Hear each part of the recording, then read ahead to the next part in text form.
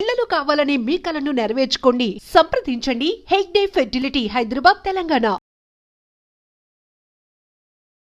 మన hair fall సమస్యకి ఒక మంచి చిట్కా చెప్పడానికి 40 ఏళ్లుగా ఈ ఆయుర్వేదిక్ డిపార్ట్మెంట్లో ఎక్స్పీరియన్స్ ఉన్నటువంటి డాక్టర్ బాలకిషన్ గారు మన ముందున్నారు. సార్ని అడిగి ఆ చిట్కాలు ఏంటో తెలుసుకుందాం. నమస్తే సార్, ఎలా ఉన్నారు సార్?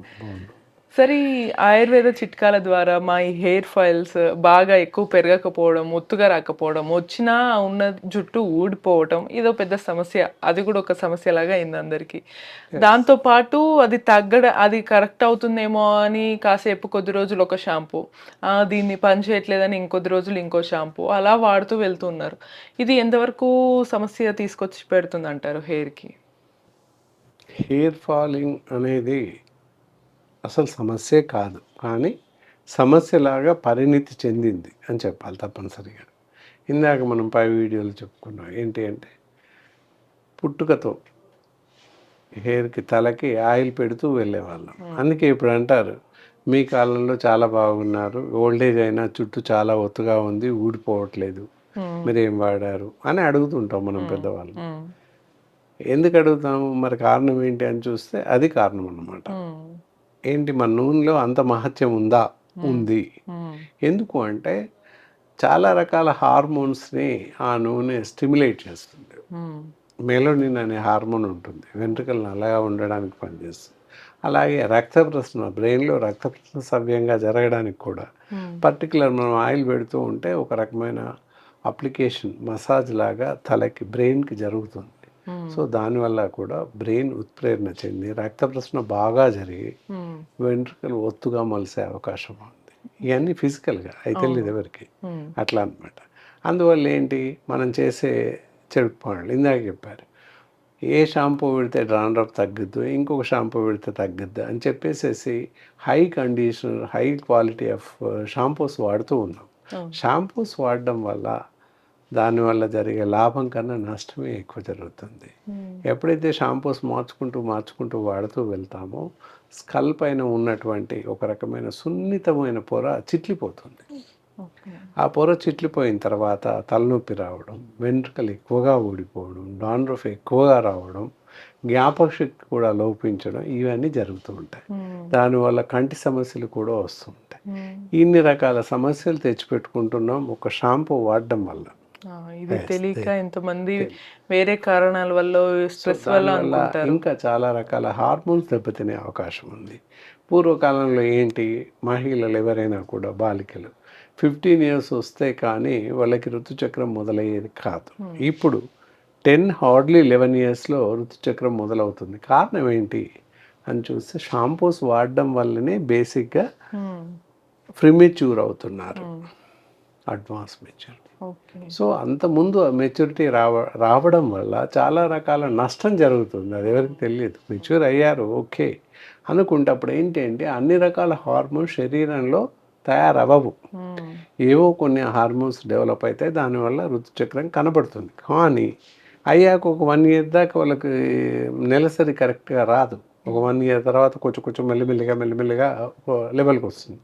అంటే అర్థం ఏంటి, 1-2 years ఆగాల్సిందే అని అర్థం. కానీ కొన్ని రకాల హార్మోన్స్ వచ్చి పడ్డాయి కనుక ఇవి వస్తున్నాయి. మరి అవన్నీ ఎందుకు వస్తున్నాయి అంటే మనం తీసుకునేటటువంటి అసంబద్ధమైన ఆహారం, రకరకాల ఆహారం తీసుకుంటున్నాం. ఇంట్లో ఇప్పుడు మనకు వెలిసిపడలేక ఏ ఫాస్ట్ ఫుడ్ సెంటర్కో వెళ్ళడం, ఏ టిఫిన్ సెంటర్కో వెళ్ళడం, టిఫిన్ తెచ్చేసుకొని తినడం, లేదా వెంటనే నూడిల్స్ తినడం, ఇలాంటివి బాగా పరిపాటిగా మారింది. సో అవన్నీ తినడం, ఈ షాంపూస్ వాడడం, వీటన్నింటి వల్ల మనం తీసుకునే ఆహారం వల్ల హార్మోన్స్ దెబ్బతింటున్నాయి. హార్మోన్స్ సమతులంగా ఎప్పుడైతే దెబ్బతింటున్నాయో అప్పుడు ఈ హెయిర్ ఫాల్ అనేది బాగా ఇదైంది. ఈ మధ్య కాలంలో మొబైల్స్ మరీ ఎక్కువగా వాడుతున్నాం కనుక రేడియేషన్ ఎఫెక్ట్ ఎక్కువగా ఉంటుంది కనుక బ్రెయిన్ పైన చాలా ఎఫెక్ట్ పడి కూడా హెయిర్ ఫాలింగ్ ఎక్కువగా జరుగుతుంది. ఇవన్నీ కారణాలు అన్నమాట. ఇవన్నీ మనం మానేయాలి, మానేస్తే చక్కగా అవుతుంది అంతే. అంతే సార్ అక్కడ వాస్తవం. అదే అన్నమాట. సార్ నార్మల్గా ఇప్పుడు హెయిర్ మీరు అన్నట్టుగానే షాంపూస్ చాలా వాడుతూ ఉంటారు. కొంతమంది రిన్ సోపులు కూడా పెడుతుంటాం మేము షాంపూ బదులు అంటారు. ఈ దీని వల్ల కూడా హెయిర్కి ఎటువంటి డ్యామేజ్ అవుతుందంట? ఒకటి ఇక్కడ వినాలి, మనం ఏదైతే ఇందాక షాంపూస్ అనుకున్నాం, షాంపూస్ ఏ షాంపూస్ వాడకూడదు, ఇంక్లూడింగ్ విత్ హార్బల్ షాంపూస్ ఆల్సో, అంటే ఆయుర్వేదిక్ షాంపూస్ ఉంటాయి, అవి కూడా వాడకూడదు.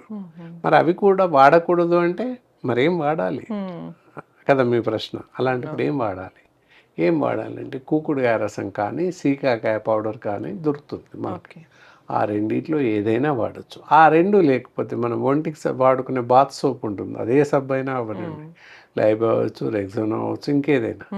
ఆ సబ్బు ఇలా ఫోమ్ తీస్తే వస్తుంది, నురగ వస్తుంది, దాంతో హెడ్ బాత్ చేసుకోవచ్చు. Very simple. ఓకే. దానివల్ల కూడా ఎలాంటి ప్రమాదం లేదు. రిన్ సోప్ పెట్టకూడదు, బాతింగ్ సోప్ వాడచ్చు, నష్టం లేదు. ఎందుకంటే బాత్ సోప్లో కోకోనట్ ఆయిల్ ఉంటుంది, అందువల్ల హెయిర్స్ స్మూత్గా ఉంటాయి.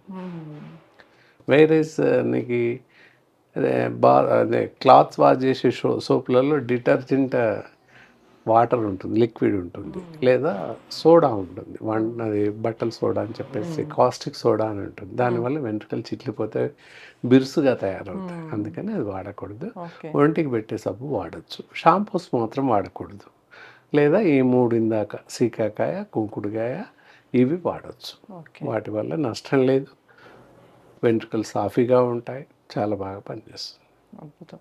సార్ ఇప్పుడు వాడకూడనివి అన్నీ మనం తెలుసుకున్నాము. అయితే ఆయుర్వేదం ద్వారా మనము హెయిర్ ఫాల్ కంట్రోల్ అవ్వడానికి ఎటువంటి చిట్కాలు, ఆయిల్ కానీ షాంపూలు కానీ మీరు ఇంకేమన్నా చెప్తారా? ఎస్, ఇక్కడ ఏంటంటే ఎంతసేపు మనం హార్మోన్స్ అనుకున్నాం, హార్మోన్స్ వల్ల వెంట్రుకలు తగ్గిపోతాయి, ఊడిపోయే అవకాశం ఉంది అని చెప్పాం, హెయిర్ ఫాల్ అవుతుంది. అలాగే ఇంకో కారణం కూడా ఉంది, అనీమిక్ కండిషన్స్, అంటే రక్తహీనత, రక్తం తగ్గిపోయిన కండిషన్స్లో కూడా హెయిర్ ఫాల్ జరుగుతుంది, ఐరన్ లోపం వల్ల కూడా. అందుకని ఐరన్ డెఫిషియన్సీ ఉందా లేదా కూడా చూస్తాం, బ్లడ్ లెవెల్స్ ఎలా ఉన్నాయి చూస్తాం, అవి కూడా అవసరం అన్నమాట. ఎంతసేపు వెంట్రుకలు ఊడిపోతున్నాయని తెగమొత్తుకుంటాం, అది ఎందువల్ల అనేది కూడా కారణం చూడాల్సి ఉంటుంది. అంటే వైద్య పరిభాషలో చూసుకుంటే ఏమైనా అనిమిక్ కండిషన్ ఉందా, లేదా సాధారణంగా ఊడిపోతున్నాయా, లేకపోతే వాతావరణ పరిస్థితుల వలన, అది కొంచెం పరిశీలించాల్సిన అవసరం వస్తుంది.